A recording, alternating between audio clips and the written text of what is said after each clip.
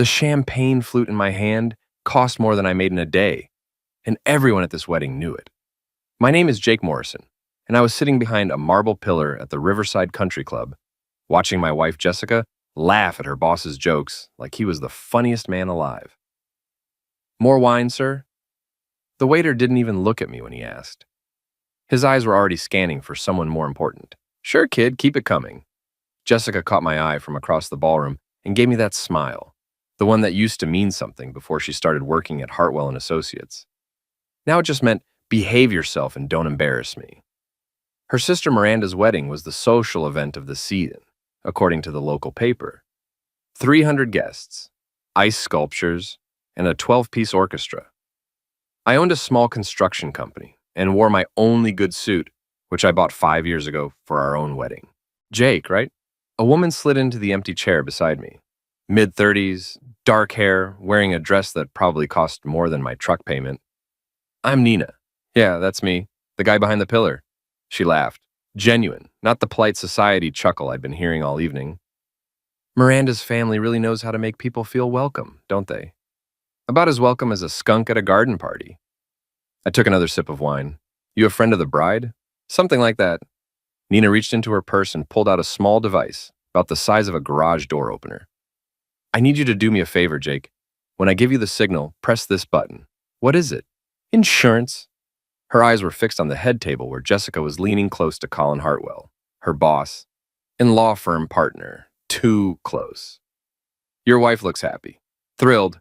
The sarcasm dripped from my voice like honey from a broken jar. "She's been working late a lot lately." "Big cases," she says. "I bet."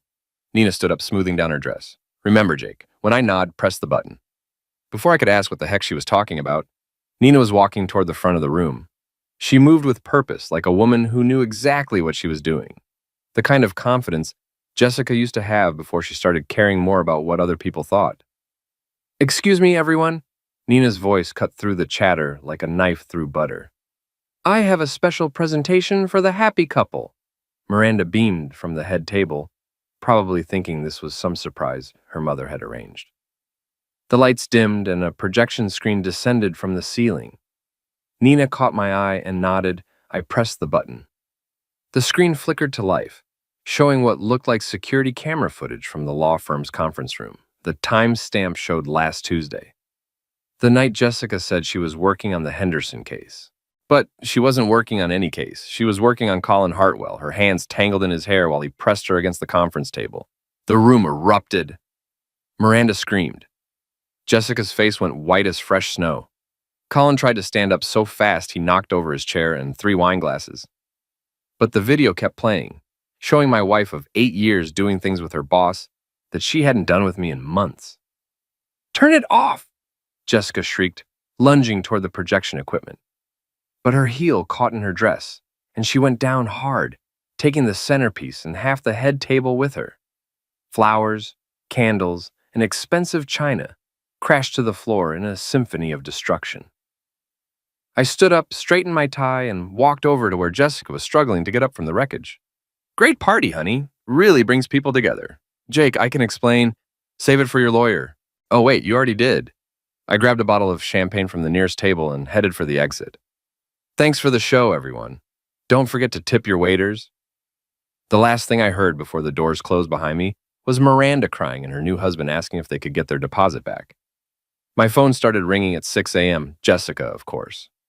I let it go to voicemail while I made coffee in the kitchen of our suburban split level. The house we bought 3 years ago and business was good, and I thought we were building something together. "Jake, pick up the stupid phone." Jessica's voice echoed through the empty house. She'd stayed at her sister's last night, probably getting an earful from the whole family. "We need to talk." The coffee tasted like burnt rubber, but it was strong enough to wake the dead. I needed that today. My phone buzzed with text messages, 17 of them, all from Jessica. The last one made me laugh out loud. "You've ruined everything. How could you do this to me?" How could I do this to her? That was rich. The doorbell rang at 7:30. I opened it to find Frank Kowalski, my old wrestling coach from high school and current workout partner.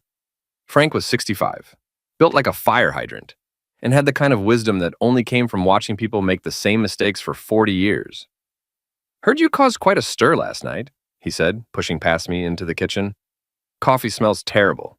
It's not about the taste, Frank. It's about the caffeine. Smart man. He poured himself a cup and grimaced. So, you want to tell me what really happened, or should I just go with the version that's all over Facebook? It's all over Facebook already? Kid, half the wedding was live streaming on Instagram. Your wife's little tumble is going viral as we speak. Frank sat down at my kitchen table like he owned the place. Question is, what are you going to do now? I don't know. I slumped into the chair across from him.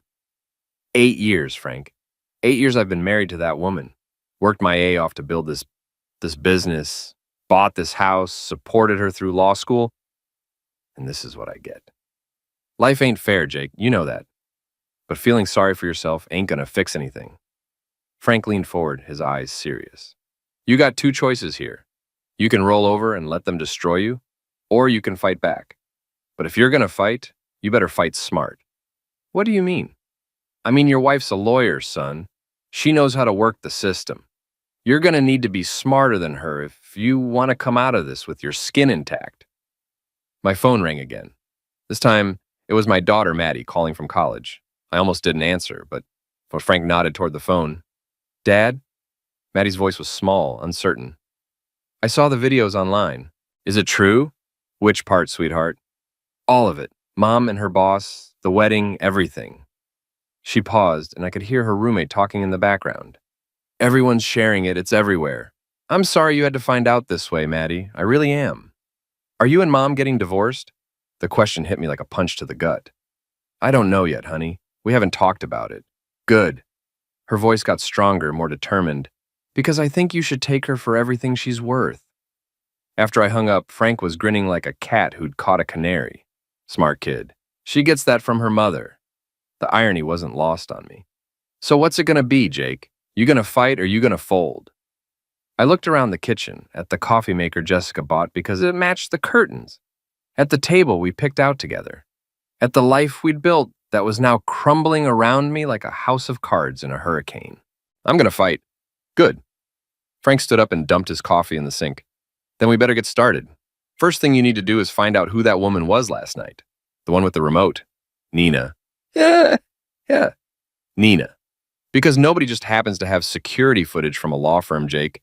Somebody wanted you to see what your wife was doing, and I'm betting they've got more where that came from. He was right, of course. Frank was always right about these things.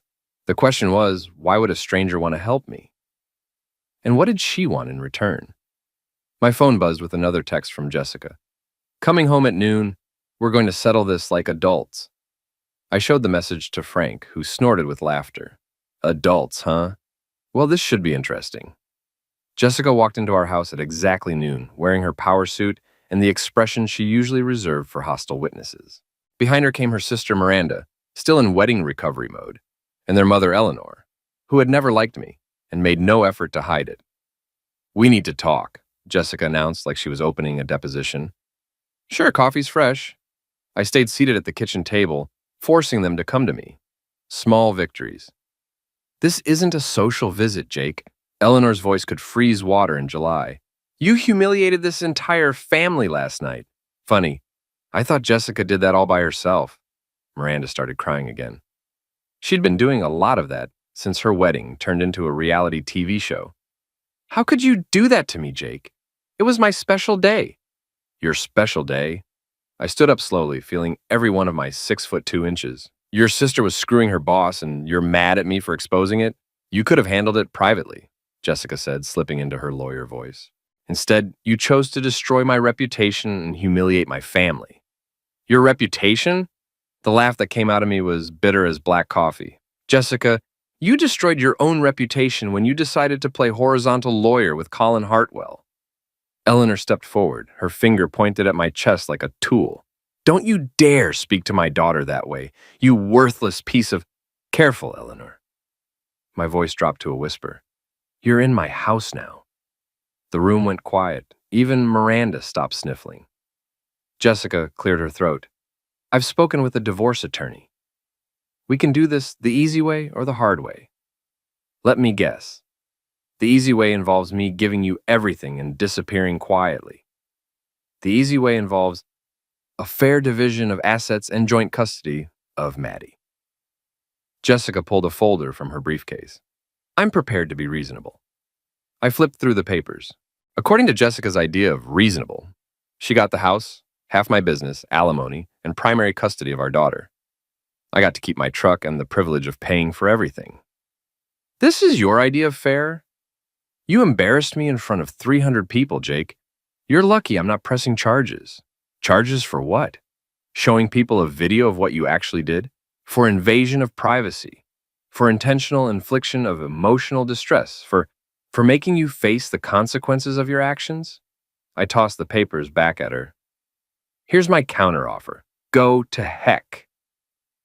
Eleanor gasped. Miranda started crying harder. Jessica's face turned red. You're making a mistake, Jake. I'm trying to be nice here, but I don't have to be. I know things about your business, about your finances.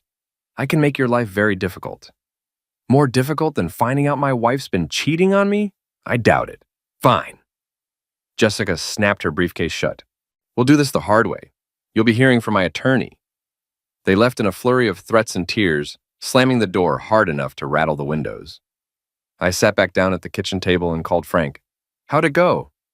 He asked. About as well as you'd expect. She wants everything, and she's threatening to destroy me if I don't cooperate. Sounds about right. You ready for phase 2? What's phase 2? Finding out who your friends really are. He was right, of course. By evening, my phone was ringing off the hook.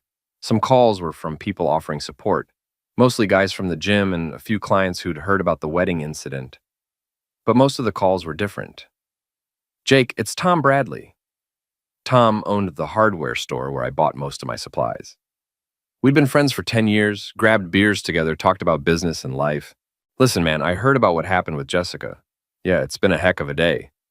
Look, I hate to do this, but Eleanor called me this afternoon. She's got a lot of influence in this town, and Jessica's family has been good customers for years. I think maybe we should take a break from our business relationship just until things cool down. The line went dead. Tom Bradley, who'd laughed at my jokes and borrowed my tools and called me his friend, had just cut me loose because Eleanor made a phone call. The next call was worse. Bill Morrison, no relation despite the name, had been my best man at my wedding. We'd known each other since high school, started our businesses around the same time, even vacationed together. Jake, I'm sorry, but I can't be associated with this mess. Sarah's friends with Jessica, and the whole thing is just too complicated. Maybe in a few months, when everything settles down. By 9 o'clock, I'd lost 3 major clients, 2 suppliers, and 4 friends I thought I could count on. The message was clear. Jessica and her family had connections, influence, and the ability to make my life heck if I didn't play along. I was pouring myself a whiskey when the doorbell rang. I opened it to find Nina, the mysterious woman from the wedding, standing on my porch with a bottle of wine and a manila envelope. Rough day? She asked. You could say that. Come on in. She followed me into the living room, looking around like she was appraising the place. Nice house. Very suburban. Jessica picked out most of the furniture. I gestured to the couch. Can I ask who you are and why you helped me last night? Nina sat down and crossed her legs. I'm a private investigator. I was hired to document your wife's affair. By who? That's confidential. But let's just say someone wanted you to know the truth. She handed me the envelope. There's more where that came from. Inside were photographs, hotel receipts, credit card statements, and phone records. Jessica and Colin's affair had been going on for 6 months, and they hadn't been careful about covering their tracks. Why are you giving me this? Because you're going to need it. Nina poured herself a glass of wine without being asked. Jessica's already filed for divorce. She's claiming you're emotionally harmful and unstable. She wants a restraining order. That's BS. Of course it is. But she's got witnesses who will testify that you have a violent temper and that you threatened her family. What witnesses? Eleanor, Miranda, and Colin Hartwell. They're painting you as a dangerous man who destroyed a wedding out of spite and jealousy. I felt the walls closing in. Jessica was playing chess while I was playing checkers, and she was already 3 moves ahead. So what do I do? Nina smiled, and for the first time since this whole mess started, I felt like maybe I wasn't completely screwed. We fight back. Nina's office was in a strip mall between a nail salon and a Chinese restaurant. Not exactly the kind of place you'd expect to find a private investigator, but then again, Nothing about this situation was what I'd expected. First rule of warfare, Nina said, spreading photos across her desk. Know your enemy. The photos showed Jessica and Colin at restaurants, hotels, and even my own house while I was at work. They'd been bold, careless, and stupid, but they'd also been thorough in covering their legal tracks. Colin Hartwell's been planning this for months, Nina continued. He's not just sleeping with your wife, Jake. He's positioning himself to take over her life completely. What do you mean? I mean, he's been feeding her information about divorce law, helping her move assets around, setting up the narrative that you're an unstable husband who can't handle his wife's success. Nina pulled out a stack of financial documents. Look at this. The papers showed a series of transfers from our joint accounts to a new account in Jessica's name only. $50,000. Moved over the past 3 months in amounts small enough to avoid triggering automatic notifications. She's been stealing from me. Technically, it's marital property, so it's not theft, but it shows premeditation. She's been planning to leave you for months, Jake. The wedding incident just gave her an excuse to play the victim. I studied the photos, feeling my anger build like pressure in a boiler. Jessica laughing with Colin at expensive restaurants while I ate leftover pizza at home. Jessica in hotel rooms I couldn't afford, while I worked 16-hour days to pay the mortgage. Jessica building a new life while systematically destroying mine. There's more, Nina said, pulling out another folder. Colin's wife filed for divorce last week. Turns out your wife isn't his first affair. His wife knows? Margaret Hartwell knows everything. She hired me 6 months ago when she suspected Colin was cheating. She just didn't know it was with your wife until recently. Nina leaned back in her chair. She's the one who wanted you to see that video. Why? Because misery loves company. And Margaret Hartwell is very, very miserable. Her husband's been cheating on her for years, but she never had proof. Now she does, and she wants to make sure Colin pays for it. So I'm just a pawn in her revenge scheme? We're all pawns, Jake. The question is whether you want to be a pawn or a player. Nina was right. I'd been reacting to Jessica's moves instead of making my own. Time to change that. What do you need from me? Access to your house, your business records, and your wife's computer if possible. If we're going to prove she's been planning this, we need evidence of premeditation. She changed all the passwords on her laptop. That's okay, I have other ways. Over the next week, Nina and I worked together to build our case. She was thorough, professional, and surprisingly good company. We spent long hours going through financial records, phone bills, and credit card statements, piecing together the timeline of Jessica's betrayal. She's been sloppy, Nina observed, highlighting another suspicious transaction. Lawyers always think they're smarter than everyone else, but they make the same mistakes as everyone else. Jessica's always been arrogant. She thinks she's the smartest person in any room. Pride goeth before the fall. Nina looked up from the papers. Speaking of which, how are you holding up? This can't be easy. I've been better. That was an understatement.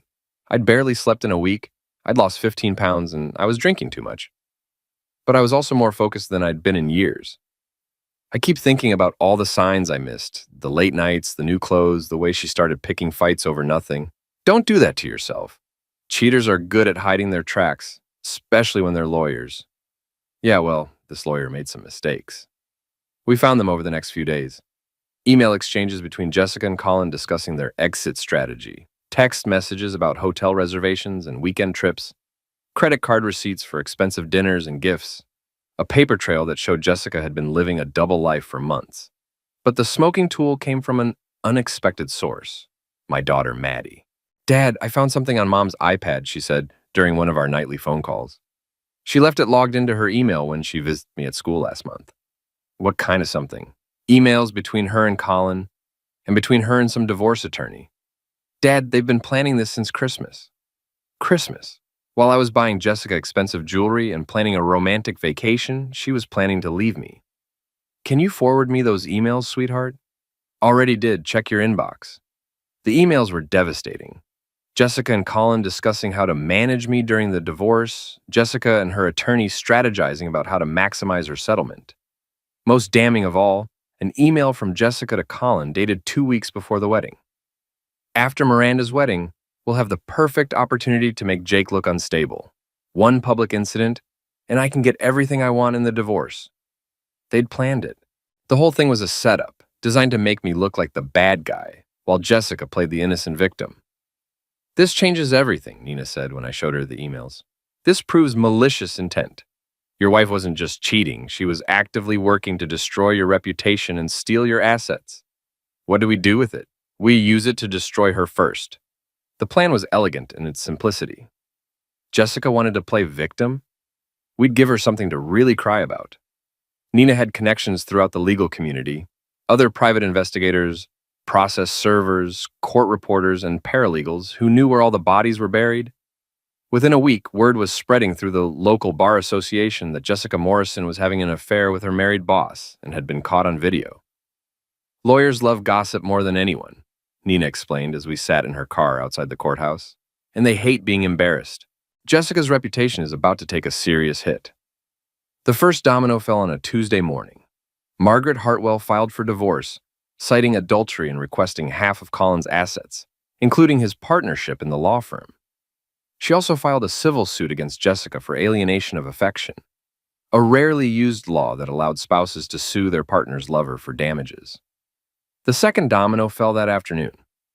The managing partners at Hartwell and Associates called an emergency meeting and suspended both Colin and Jessica pending an internal investigation.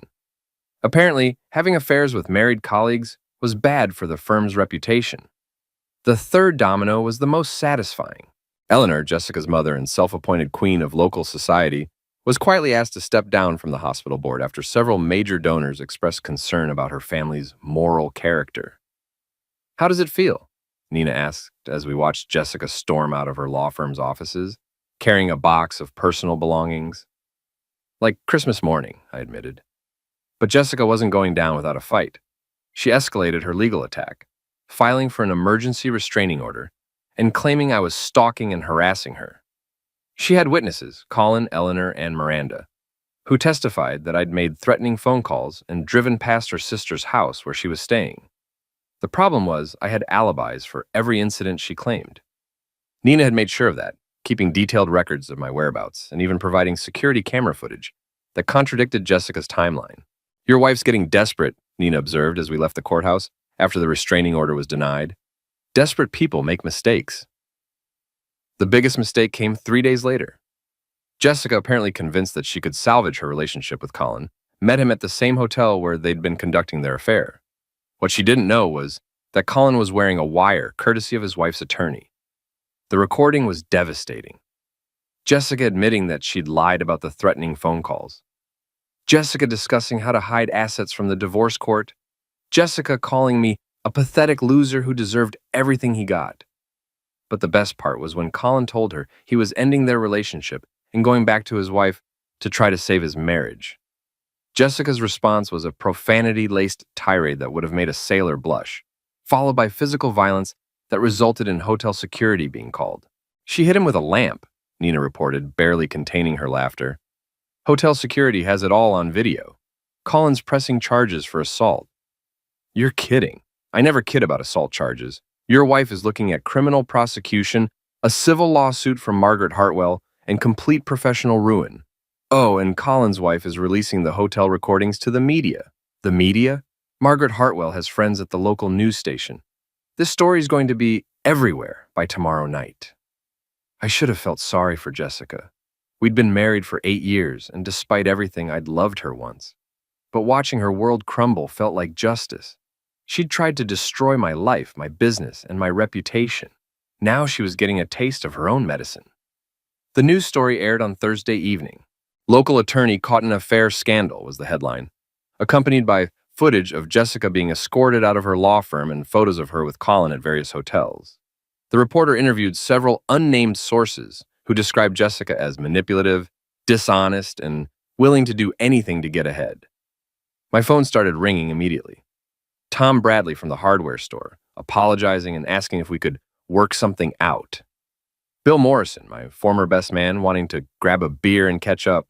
3 clients who'd dropped me after the wedding incident, suddenly interested in new projects. Fair weather friends, Frank observed when I told him about the calls. You're better off without them. Maybe, but it's nice to know who's really in my corner. Speaking of which, what's the story with you and Nina? You two seem pretty close. I'd been wondering the same thing. Nina and I had been spending a lot of time together, and somewhere between investigating my wife's betrayal and planning our counterattack, I'd started looking forward to seeing her. She was smart, funny, and refreshingly honest after months of Jessica's lies. She's helping me through the divorce. Uh-huh. Frank's grin suggested he wasn't buying my casual tone. And after the divorce? I haven't thought that far ahead. Maybe you should. He was right, of course. But first, I had to finish what Jessica had started.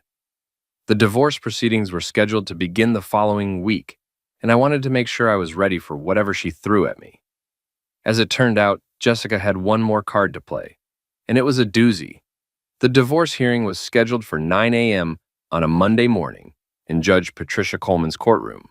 Jessica showed up with a new attorney, a shark named David Brennan, who specialized in high-conflict divorces and had a reputation for destroying opposing parties.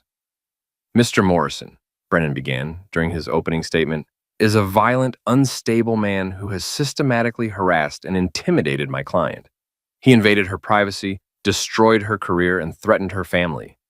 We're asking for full custody of the minor child, the marital home, spousal support, and damages for the emotional distress he's caused. My attorney, Sarah Chen, recommended by Nina and paid for with money I'd managed to hide from Jessica's asset grab, stood up with a folder full of evidence. Your Honor, Mr. Morrison is the victim here, not the perpetrator. We have evidence that Mrs. Morrison engaged in a systematic campaign to defraud her husband, steal marital assets, and destroy his reputation while conducting an affair with her married boss. What followed was 3 hours of legal warfare. Brennan painted me as a jealous, controlling husband who couldn't handle his wife's success.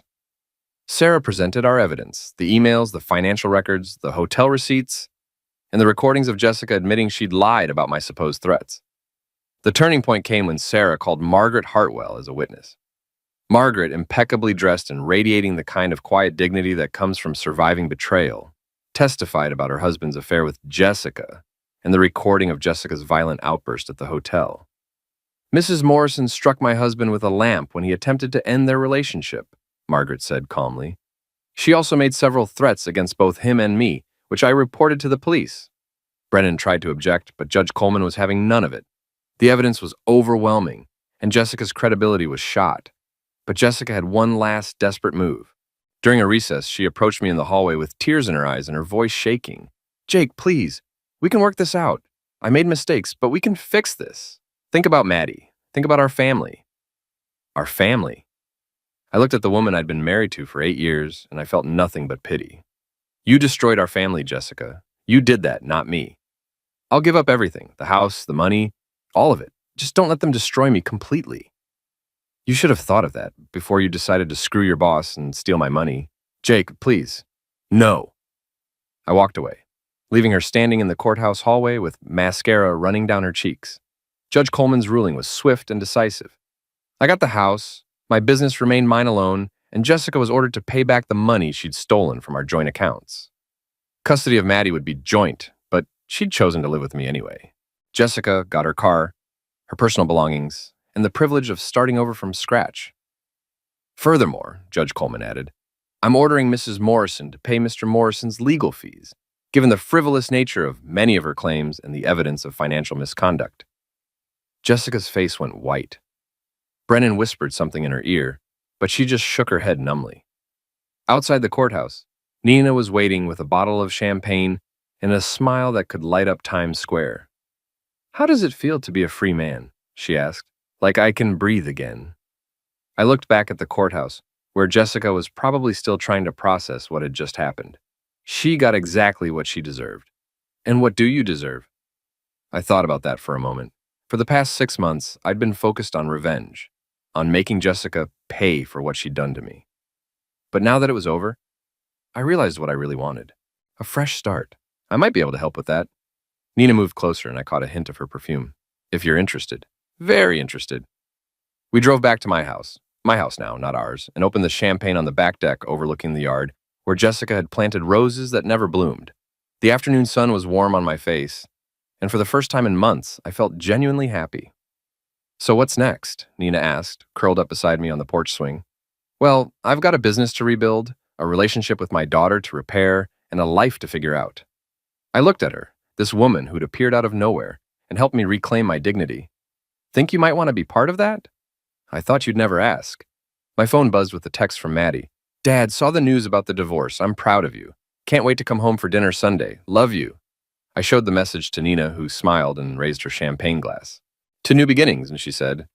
To getting what we deserve, I replied. We clinked glasses as the sun set behind the trees, painting the sky orange and pink. Jessica was probably packing her belongings and trying to figure out how to rebuild her shattered life. Colin was facing his own divorce and the end of his legal career. Eleanor had lost her social standing, and Miranda would always remember her wedding as the day her family's secrets were exposed. They'd all gotten exactly what they deserved. And so had I. 6 months later, Nina moved in. A year after that, we were married in a small ceremony with Frank as my best man and Maddie as Nina's maid of honor. Jessica sent a card, no return address, wishing us well. I heard through mutual acquaintances that she'd moved to another state and was working as a paralegal, her law license suspended pending the outcome of several ethics investigations. I never saw her again, and that was fine with me. Some chapters in life need to be closed completely, with no possibility of a sequel. As for me, I learned that revenge is a dish best served with evidence, that true friends stick around when times get tough, and that sometimes the best thing that can happen to you is having your world fall apart so you can build a better one. They sat me behind a pillar and called me invisible. But in the end, I was the only one left standing.